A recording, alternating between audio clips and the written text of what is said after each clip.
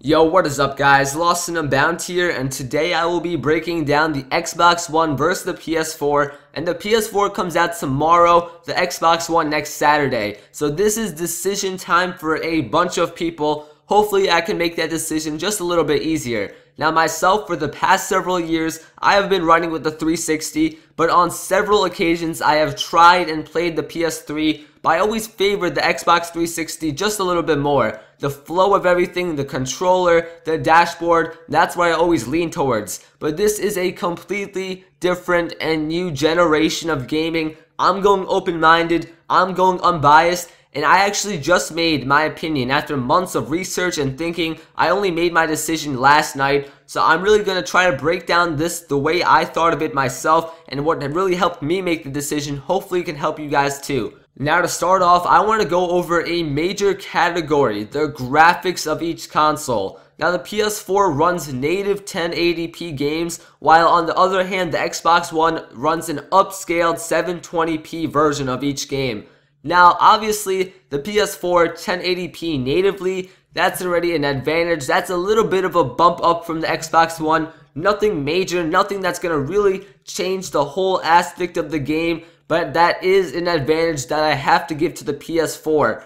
But there's something that people are forgetting. They're thinking, you know what, all games on the Xbox One are 720p, and that's how it's always going to be. Well, there's two things wrong about that. Number one, there's a good amount of games that are 1080p also, such as NBA 2K14. Now that's a game where the graphics really matter, the details of the player's face, how realistic it looks, and that's a game that the Xbox One runs on 1080p, and it looks beautiful on there as well as the PS4. Now another aspect that people are forgetting is that it's not always going to be running on 720p. Right now, this year's Call of Duty might be on 720p, but next year, Infinity Ward was saying that in the years to come, it's highly likely that it's going to transition to 1080p. They just need to learn the system specs and how it works. Nonetheless, even though the Xbox One is working its way up there with the graphics, I still have to give the point to the PS4. Now, I'll come back to that in a second, but let's go to our second major category,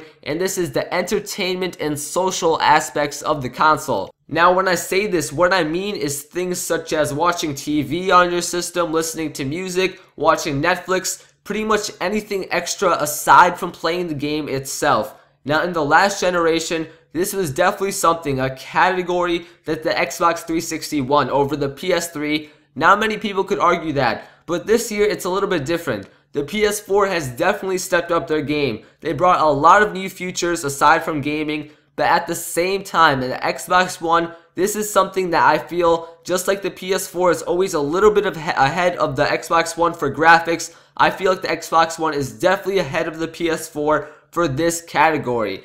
Now, what it comes down to is this important for you? Some people get a system and they're never going to use these options. They're never in their life going to use it, and they're just going to leave them to the side. All they care about is actually playing the game, and that way the PS4 holds a much bigger advantage.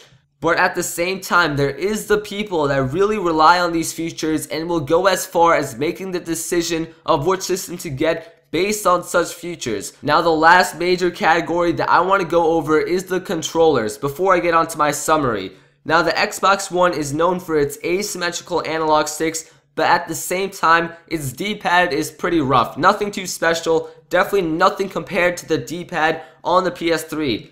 But at the same time, there are many games where that D-pad makes no difference, and there are many games where it makes all the difference. So once again, it comes down to what games are you going to be playing and what's your preference. Now, the PS4, it's symmetrical analog sticks, and in the PS3, the problem was that your thumbs would always touch when you played, and that annoyed a lot of people. But this year, or this generation rather, they spaced it out, and that problem is fixed. Also, for the Xbox One, they added this new type of layer around the analog stick to give you a much better grip. That's something that the Xbox One always had an advantage with, the grip and the analog sticks, because in the PS3, that was definitely kind of rough, but they did improve it for the PS4.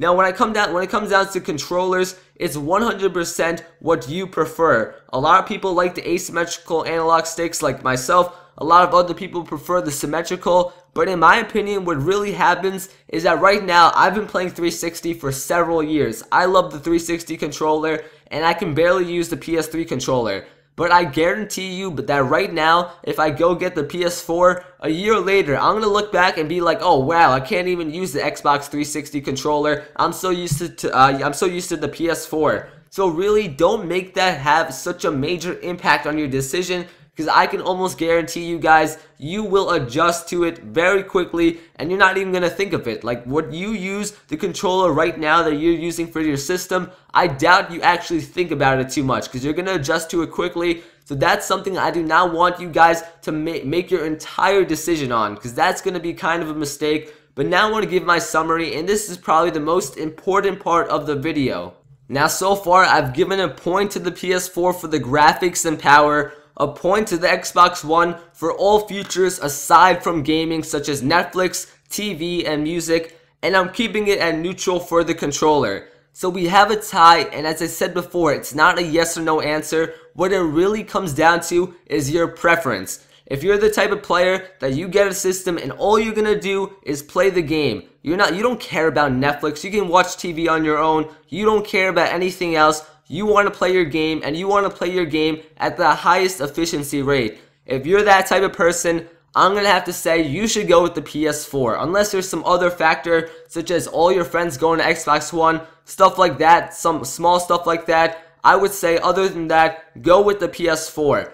But if you're the type of person that really enjoys the whole package in a system, you want to watch Hulu on your Xbox One, you want to watch Netflix. I know they have Netflix on the PS4, but I'm telling you guys, the Xbox One is known for having a big step of an advantage over such features like this. So if that's what you're really looking for, the little bit of difference in the graphics, the upscaled 720p and the native 1080p, a little bit more than a small difference. But if you're not really in it completely for 100%, what's the graphics, how many pixels, all that stuff, I would say go for the Xbox One. It's more of a total package. It's more what I'm going to be going towards. And my decision, guys, that after several months of thinking and looking at videos, breaking everything down, only last night did I make the decision that I will be going for the Xbox One. Is it possible that in the future I'm going to get the PS4 as well? Very possible. But for this release, Xbox One is my decision. That's my opinion because I do enjoy the whole package.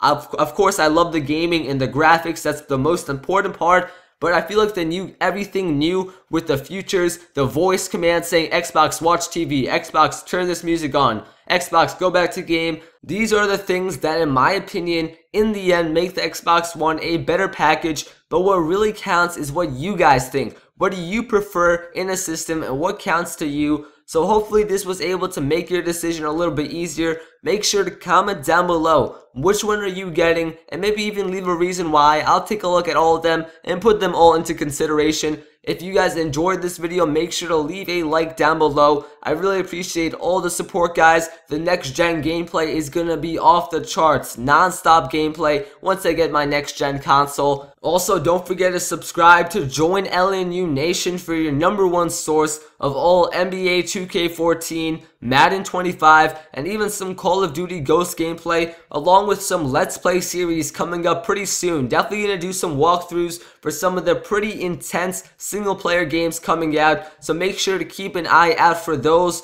Follow me on Twitter to keep up with the channel if you want to try to get in some games with me, or if you have any questions at all about the systems and your decision that you're trying to make, you can leave that in the comment section and on Twitter if you're trying to get a response from me. And as always, guys, I'm Lost and Unbound, and have a great day. Peace out.